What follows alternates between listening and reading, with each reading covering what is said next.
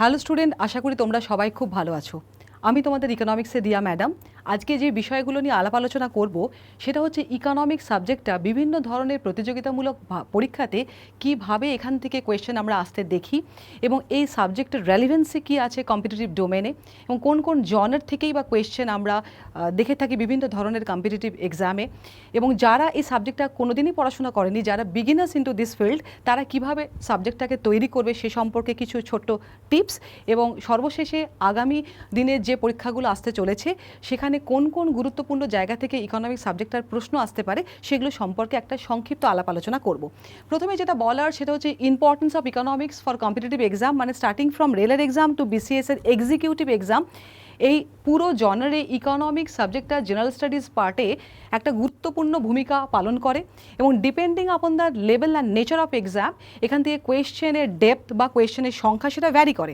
আমি যদি রেলের এক্সাম বলি সেখানে কোয়েশ্চেনের মাত্রা বা সংখ্যা যা হবে, বিসিএস এর মেনের এক্সামে কোয়েশ্চেনের সংখ্যা বা তার ডেপথ অনেক বেশি, অনেক হায়ার লেভেলে। সুতরাং পরীক্ষায় এই ধরনের প্রশ্ন তুমি ইকোনমিক্স থেকে পাবেই, এবং সেটা সিজিএল হোক, সিএইচএসএল হোক, এমটিএস হোক, স্টাফ সিলেকশন যে কোনো পরীক্ষা হোক, রেলের এক্সাম হোক, সেটা ব্যাংকের এক্সাম হোক, প্রত্যেকটা এক্সামের নিজস্ব প্যাটার্ন আছে, এবং সেখান থেকে কিন্তু ইকোনমিক্স থেকে আমরা একটা সাবস্টেন্সিয়াল অ্যামাউন্ট অফ কোয়েশ্চেন আসতে দেখি। এবং নিশ্চয়ই তোমরা এটা খেয়াল করবে যে এখন যদি কোনো পরীক্ষায় তুমি ক্র্যাক করতে চাও, জিএস পেপারের উপরে একটা আলাদা এমফাসাইজই করতে হয়, তা না হলে কিন্তু ডেফিনেটলি আমরা পরীক্ষাটাতে সাফল্য লাভ করতে পারবো না।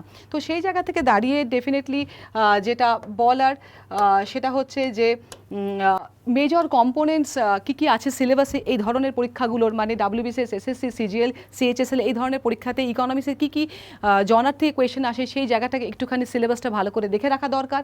এবং কারেন্ট অ্যাফেয়ার্সের যে বিষয়টা বলবো, ইকোনমিক্স সাবজেক্টে এমন একটা ডায়নামিক সাবজেক্ট যার একটা স্ট্যাটিক পার্টের পাশাপাশি একটা ডায়নামিক পার্টও রয়েছে।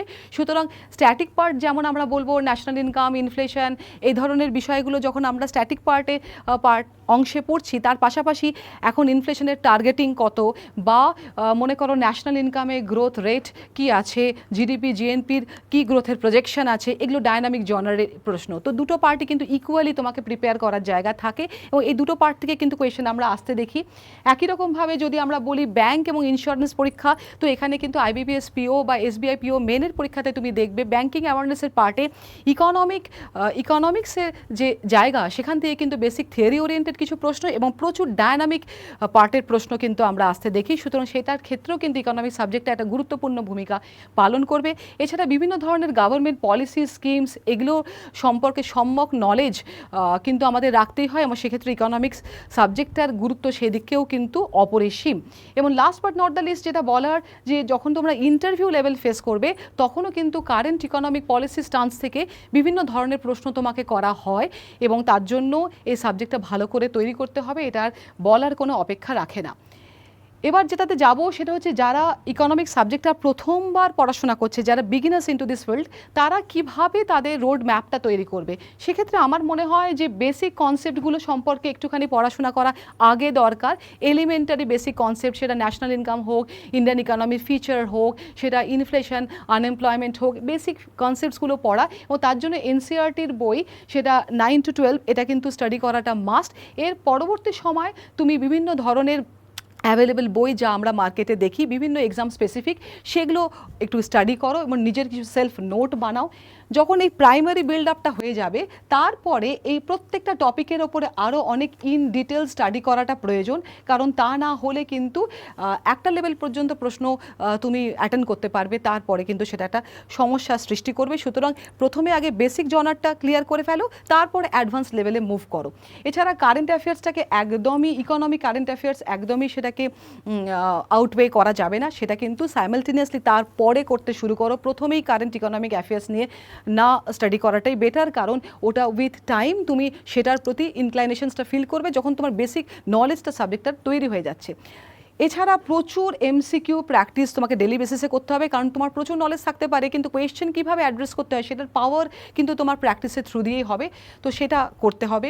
এবং তারপরে তুমি যে এক্সামটাকে ফোকাস করছো, সেটা ডাব্লিউবিসিএস হতে পারে, সেটা রেলের এক্সাম হতে পারে, সেটা ব্যাংকের এক্সাম হতে পারে, সেই এক্সাম স্পেসিফিক প্রিপারেশনস বা এক্সাম স্পেসিফিক জনারের কোয়েশ্চেন সেটা অনুযায়ী মক দেওয়া, এগুলো কিন্তু নিজেকে সেটার মধ্যে দিয়ে নিয়ে যেতে হবে, রাইট? তেমন মনে করো আমরা যদি বলি সিজিএল, সিএইচএসএল, এমটিএস এই ধরনের পরীক্ষা, সেখানে ইকোনমিক্সের কিছু স্পেসিফিক চ্যাপ্টার্স আছে, demand supply, production cost, market revenue. তো এই চ্যাপ্টার্স থেকে কোয়েশ্চেন কিন্তু আবার ডাব্লিউবিসিএসে আসে না। তো ওই ধরনের পরীক্ষার প্রশ্নের প্যাটার্নের কথা মাথায় রেখে ওই এরিয়াগুলোকে আমাদের কিন্তু তৈরি করতে হবে। তো এটা কিন্তু তার পরবর্তী সময় আসছে যখন তুমি ফোকাসিংটা করছো যে কিসের ওপরে তুমি স্টাডিটা করতে চাইছো, রাইট? তো এটা বিগিনার্সদের জন্য আমার একটা রোড ম্যাপ, যেটা ফলো করলে আমার মনে হয় উপকৃত তোমরা হবে। নেক্সট যেটা বলবো, যে এত যে কথা বলা হচ্ছে যে ইকোনমিক্সের বিভিন্ন টপিক থেকে নাকি কম্পিটিটিভ ডোমেনে বিভিন্ন কোয়েশ্চেন আসে, তো কি কি সেই টপিক? তো টপিকগুলোর মধ্যে basic concepts of economics and economy, যেখানে ইকোনমিক্স সাবজেক্টটার বেসিক ক্লাসিফিকেশনস পড়ানো হয়, ইকোনমির বিভিন্ন ধরনের শ্রেণীবিভাগের কথা বলা হয়, ইন্ডিয়ান ইকোনমির ফিচার্স সেগুলো নিয়ে বলা হচ্ছে। নেক্সট হচ্ছে ন্যাশনাল ইনকাম অ্যাকাউন্ট, যার আন্ডারে জিডিপি, জিএনপি, এনডিপি, এনএনপি এই ধরনের কনসেপ্টসগুলো তোমরা পড়ছো। Inflation, deflation, Indian financial system এবং তার অ্যাপেক্স ব্যাংক হিসাবে তুমি আরবিআইকে দেখছো, তার ফাংশনালিটি এবং তার ক্রেডিট কন্ট্রোল মেজার্স, মেথডোলজি সেগুলো সম্পর্কে পড়া। ক্যাপিটাল মার্কেট বা শেয়ার বাজারের পুরো বিষয়টা নিয়ে ডিটেলে স্টাডি করা। বিভিন্ন উন্নয়নমূলক সংস্থা বা ডিএফআই সেগুলো নিয়ে পড়া। ট্যাক্সেশন মানে কর ব্যবস্থা, ডেফিনেটলি কর কাকে বলে, করের কি কি নিয়মাবলী রয়েছে, কত ধরনের করের শ্রেণীবিভাগ হয় এবং লিস্ট অনুযায়ী কিভাবে কোনটা ইউনিয়ন লিস্ট, কোনটা স্টেট লিস্টের মধ্যে কোন কোন কর পড়বে, কিভাবে সেগুলো ডিস্ট্রিবিউশনে হয়, তো সেই বিষয়গুলো একটু ভালো করে পড়তে হয়। ফিসকাল পলিসি অ্যান্ড বাজেট, এটা তো আর নতুন করে বলার কিছু অপেক্ষাই রাখে না, যে রাজস্ব সংক্রান্ত নীতি এবং বাজেটের বেসিক স্ট্রাকচার, বাজেটের ক্লাসিফিকেশনস এগুলো খুব ভালো করে তোমাকে স্টাডি করতে হবে। এগ্রিকালচার ইন্ডাস্ট্রিটাও পড়তে হবে, পভার্টি, আনএমপ্লয়মেন্ট, ইকোনমিক প্ল্যানিং মানে 5 ইয়ার্স প্ল্যানিং এবং নীতি আয়োগ পুরো বিষয়টাই দেখতে হবে। Economic reform and balance of payment and foreign trade, SEZ মানে special economic zone, international organisation, IMF, World Bank, WTO. তো এই ধরনের এরিয়াগুলো থেকে মূলত প্রশ্ন করা হয় এবং সেটা কিন্তু রেলের এক্সামেও তুমি এখান থেকে প্রশ্ন দেখছো, বিসিএসের এক্সিকিউটিভে এখান থেকে তুমি প্রশ্ন দেখছো।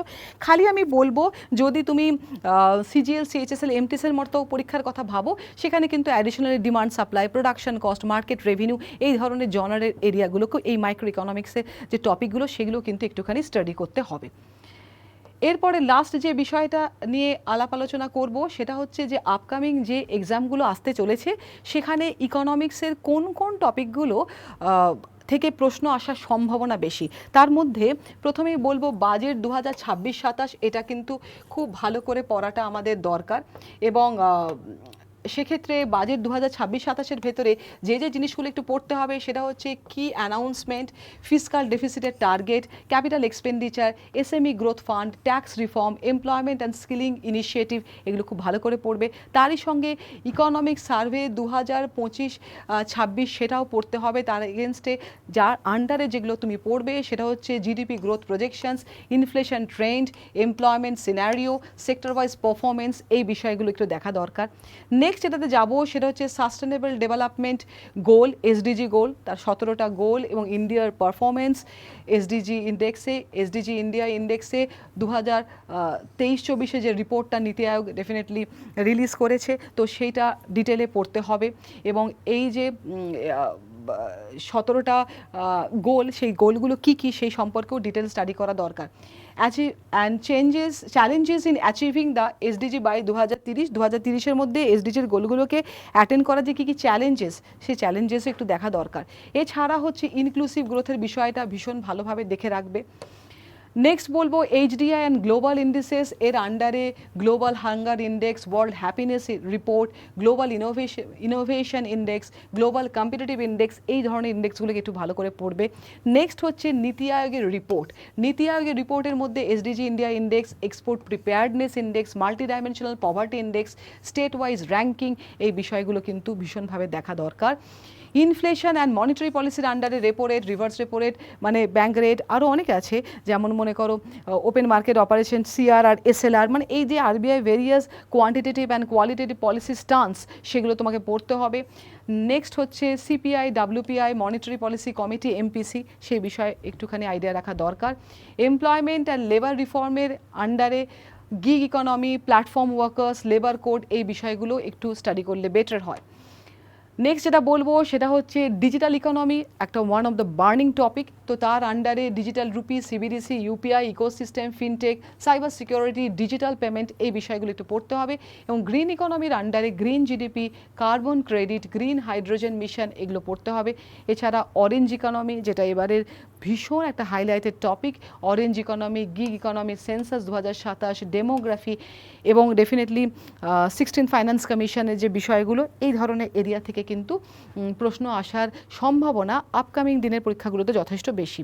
তো ডেফিনেটলি যেভাবে আমি বিষয়টাকে ডিসকাস করলাম সেই অনুযায়ী যদি একটুখানি স্টাডি করতে পারো, আমার মনে হয় ইকোনমিক্স সাবজেক্টটা এতটাও কঠিন লাগবে না এবং তোমরা আপকামিং দিনের পরীক্ষাগুলোতে খুব ভালোভাবেই পারফর্ম করতে পারবে। All the very best.